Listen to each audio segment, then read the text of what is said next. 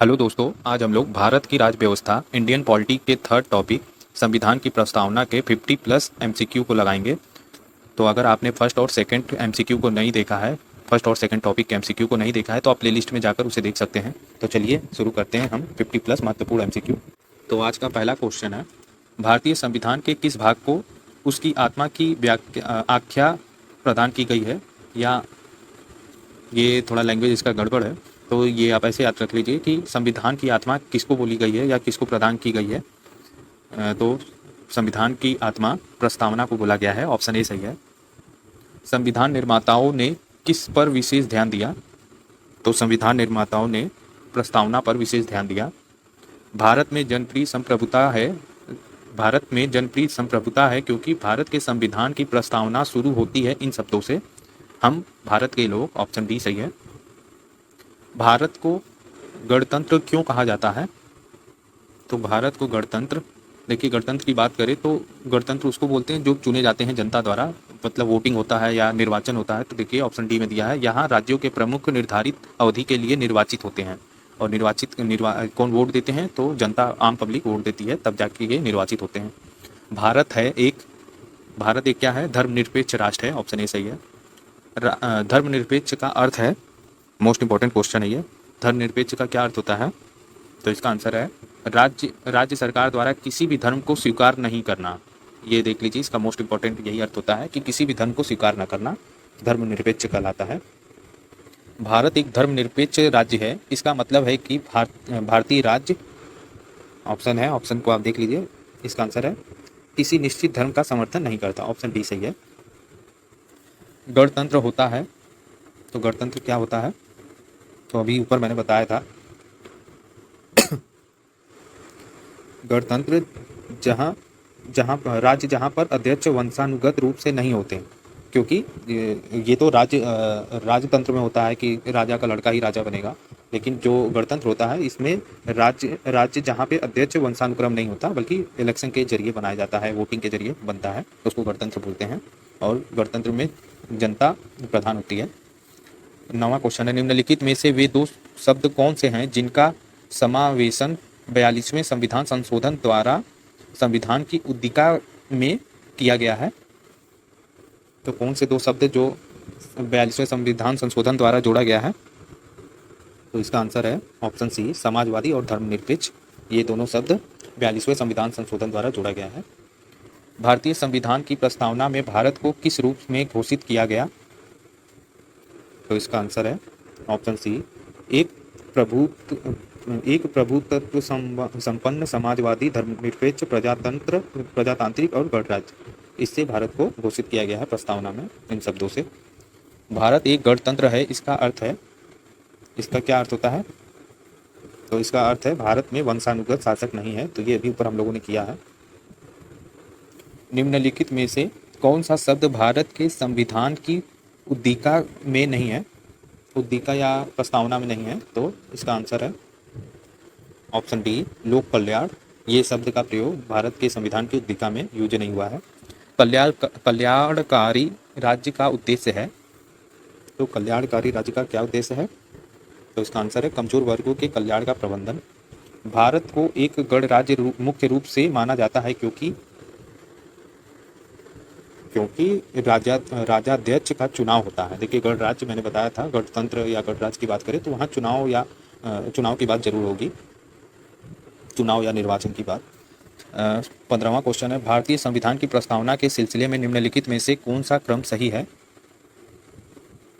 तो इसका आंसर है सार्वभौमिक, सत्ता संपन्न, समाजवादी, धर्मनिरपेक्ष, जनवादी, गणतंत्र। ऑप्शन डी सही है। संविधान की प्रस्तावना में प्रयुक्त शब्द सेकुलर का अर्थ है, तो सेकुलर शब्द का क्या अर्थ होता है? तो सेकुलर का अर्थ है सभी नागरिकों को धर्म एवं उपासना की स्वतंत्रता। 17वां क्वेश्चन है, शब्द धर्मनिरपेक्ष भारत के संविधान की प्रस्तावना में जोड़ा गया था, इसके विषय में निम्न कथनों में से कौन सा सही है? पहला, यह वर्ष 1946 में जोड़ा गया था, ये सही है।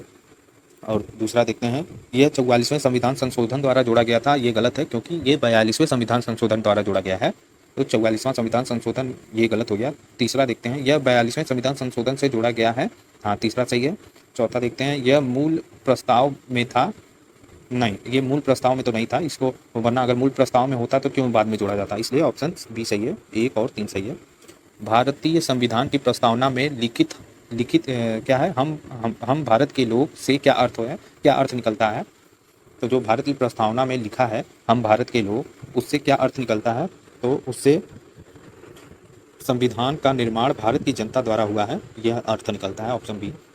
समाजवाद का अर्थ है, तो समाजवाद का क्या अर्थ होता है, तो समाजवाद का अर्थ है सामाजिक न्याय, ऑप्शन सी। भारतीय संविधान में समवर्ती सूची किससे लिया गया है, मतलब किसके संविधान से लिया गया है, तो ऑस्ट्रेलिया से लिया गया है, तो ये आपको याद ही होगा। आगे बढ़ते हैं। तो क्वेश्चन है, भारतीय संविधान की आत्मा किसे कहा गया है, तो ये अभी ऊपर हम लोगों ने किया था, भारतीय संविधान की आत्मा प्रस्तावना को कहा जाता है। अगर ये पूछे कि कौन से अनुच्छेद को संविधान की आत्मा कहा जाता है, तो डॉक्टर भीमराव अंबेडकर द्वारा अनुच्छेद 32 को संविधान की आत्मा कहा जाता है। क्वेश्चन दूसरा है, भारत में लौकिक सार्वभौमिक है, एक मिनट, भारत में लौकिक सार्वभौमिक है क्योंकि भारत की प्रस्तावना प्रारंभ होती है हम भारत के लोग शब्दों से, ऑप्शन ए सही है। भारतीय संविधान की प्रस्तावना किस क्रांति का प्रभाव नहीं झलकता है, तो भारत की संविधान की प्रस्तावना पर किस क्रांति का प्रभाव नहीं झलकता है, तो इसका आंसर है ऑप्शन डी, चीन की क्रांति का प्रभाव नहीं झलकता है। मूल भारतीय संविधान के अनुसार भारत एक क्या है, तो भारत एक प्रभुत्व संपन्न लोकतांत्रिक और गणराज्य है, ऑप्शन ए सही है, लोकतंत्रात्मक।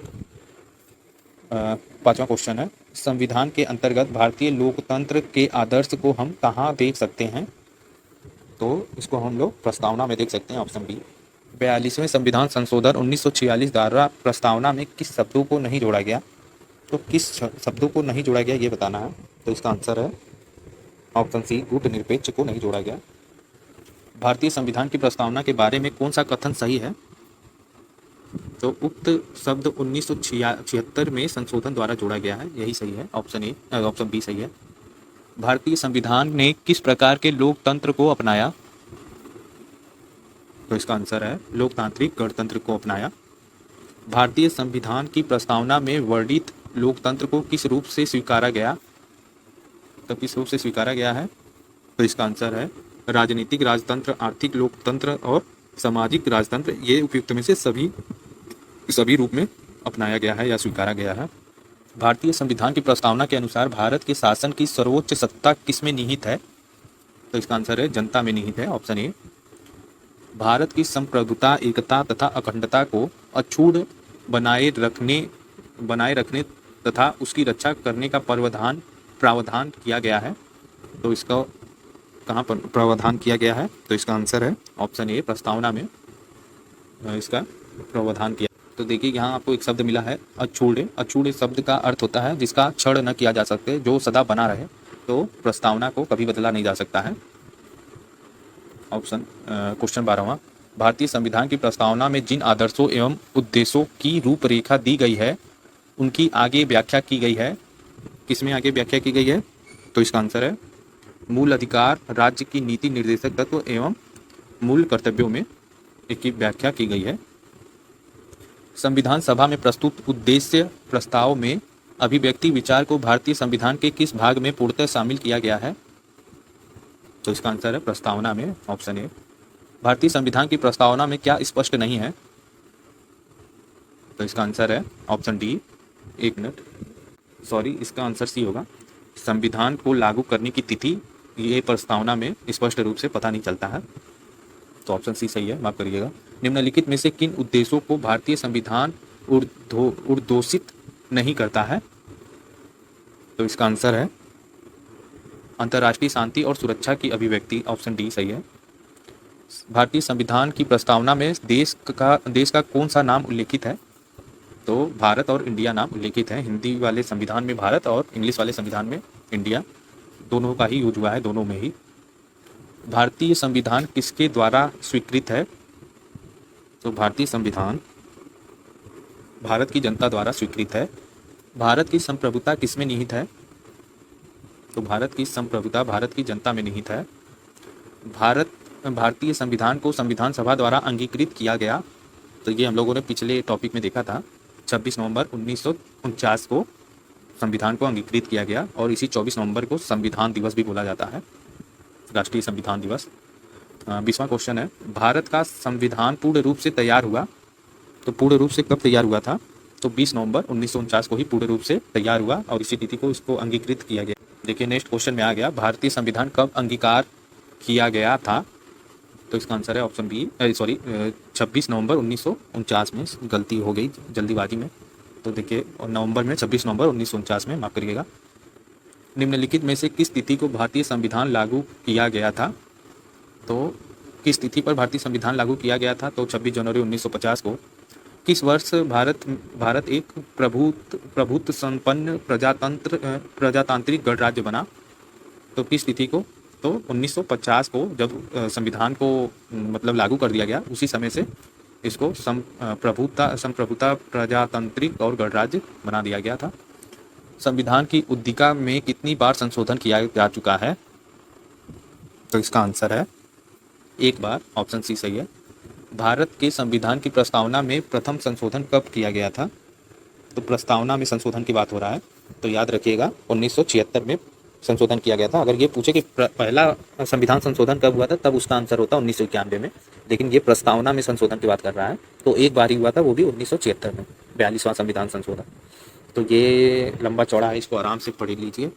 मैं इसको लास्ट में आपको बताता हूँ, इसको पहचानने की ट्रिक। देखिए ये लास्ट में लिखा है कि हाँ, संविधान सभा में आज एक्स इतवा द्वारा इस संविधान को अंगीकृत, अधिनियमित या आत्मार्पित करते हैं।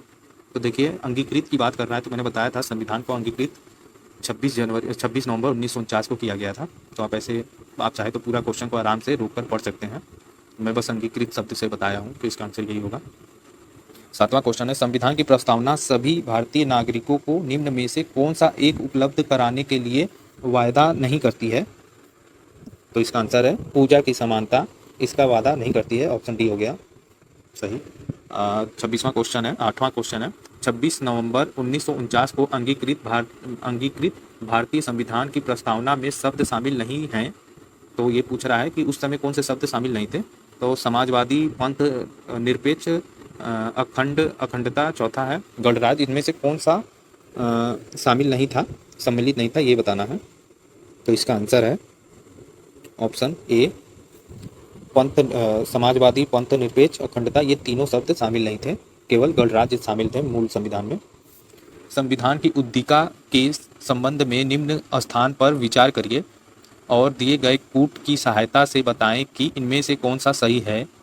तो चलिए बताइए कौन सा सही है। जैसा पहला दिया है, नेहरू द्वारा प्रस्तुत ऑब्जेक्टिव प्रस्ताव अंतर्तोग्योता उद्दीका बना, तो पहला सही है। दूसरा देखते हैं, इसकी प्रकृति न्याय योग्य नहीं है, तो ये भी सही है। तीसरा देखते हैं, इसका संशोधन नहीं किया जा सकता, ये गलत है क्योंकि इसका तो संशोधन हुआ था 1976 में। चौथा देखते हैं, संविधान के विशिष्ट प्रावधानों को यह रद्द नहीं कर सकता, ये भी सही है। तो ऑप्शन 1, 2, 4 सही है, तो ये बीच वाला सही हो गया। इसमें पूछा था कौन सा सही है वो बताना है, तो 1, 2, 4 सही है। भारतीय संविधान की उद्दीका में परिवर्तन किस संविधान अधिनियम में किए गए थे? तो देखिए हम लोगों ने ऊपर पढ़ा है 42वां संविधान संशोधन 1976 में हुआ था। प्रस्तावना का यह प्रावधान प्रस्तावना का वह प्रावधान जो सभी व्यक्ति नागरिकों को मतदान का अधिकार प्रदान करता है, सभी वयस्क होना चाहिए। हाँ, तो देखिए प्रस्तावना का वह प्रावधान जो सभी वयस्क नागरिकों को मतदान का अधिकार प्रदान करता है, क्या कहलाता है? तो उसका आंसर है ऑप्शन बी, प्रजातंत्र कहलाता है। भारतीय संविधान के किस संशोधन द्वारा प्रस्तावना में 2 नए शब्द समाजवादी और धर्मनिरपेक्ष जोड़े गए? तो कौन से शब्द थे? तो ये 42वें संविधान संशोधन में जोड़े गए थे, समाजवादी धर्मनिरपेक्ष शब्द जोड़े गए थे। भारतीय संविधान लागू हुआ था तो 26 जनवरी 1950 को लागू हुआ था। 42वें संविधान संशोधन द्वारा प्रस्तावना में लिखित में से कौन से शब्द जोड़े गए थे? तो तो इनमें से कौन से शब्द जोड़े गए थे? तो इसका आंसर है ऑप्शन सी, समाजवाद। भारतीय संविधान के किस भाग में स्पष्ट रूप से घोषणा की गई कि भारत एक धर्मनिरपेक्ष राज्य है? तो इसका आंसर है ऑप्शन बी, संविधान की प्रस्तावना में। संविधान की प्रस्तावना में भारत को कहा गया है, भारत को क्या कहा गया है संविधान की प्रस्तावना में? तो इसे सर्वसत्ताधारी, समाजवादी, धर्मनिरपेक्ष, लोकतांत्रिक गणराज्य कहा गया है। भारतीय संविधान का प्राधिकार स्रोत कौन सा है? तो इसका आंसर है ऑप्शन बी, भारत के लोग। संविधान की प्रस्तावना में प्रयुक्त शब्द सेक्युलर का अर्थ है, तो अभी हम लोगों ने ऊपर देखा है सेक्युलर शब्द का क्या अर्थ होता है? तो इसका आंसर है ऑप्शन ए, सभी नागरिकों को धर्म एवं उपासना की स्वतंत्रता। 19वां क्वेश्चन है, शब्द धर्मनिरपेक्ष भारत के संविधान की प्रस्तावना से, एक फिर से पढ़ते हैं, शब्द धर्मनिरपेक्ष भारत के संविधान की प्रस्तावना में जोड़ा गया था, इसके विषय में निम्न कथन में से कौन सा सही है? तो ये अभी ऊपर हम लोगों ने किया था, तो देखिए पहला वाला सही है, दूसरा वाला गलत है, तीसरा वाला सही है, चौथा वाला भी गलत है, तो पहला तीसरा सही है। आज का लास्ट क्वेश्चन है, भारतीय संविधान की प्रस्तावना में लिखा है हम भारत के लोग शब्द से क्या अर्थ निकलता है? तो आप आराम से दे सकते हैं, इसका आंसर अभी ऊपर हम लोगों ने दिया था, तो इसका आंसर है ऑप्शन बी, संविधान का निर्माण भारत की जनता द्वारा हुआ है, यही अर्थ निकलता है। तो ये था पॉलिटी का थर्ड टॉपिक। तो अगर आपको ये टॉपिक वाइज MCQ अच्छे लग रहे हैं तो प्लीज़ मेरे चैनल को सब्सक्राइब करिए, ताकि मैं और भी सब्जेक्ट के MCQ टॉपिक वाइज लाता रहूँ। Thank you.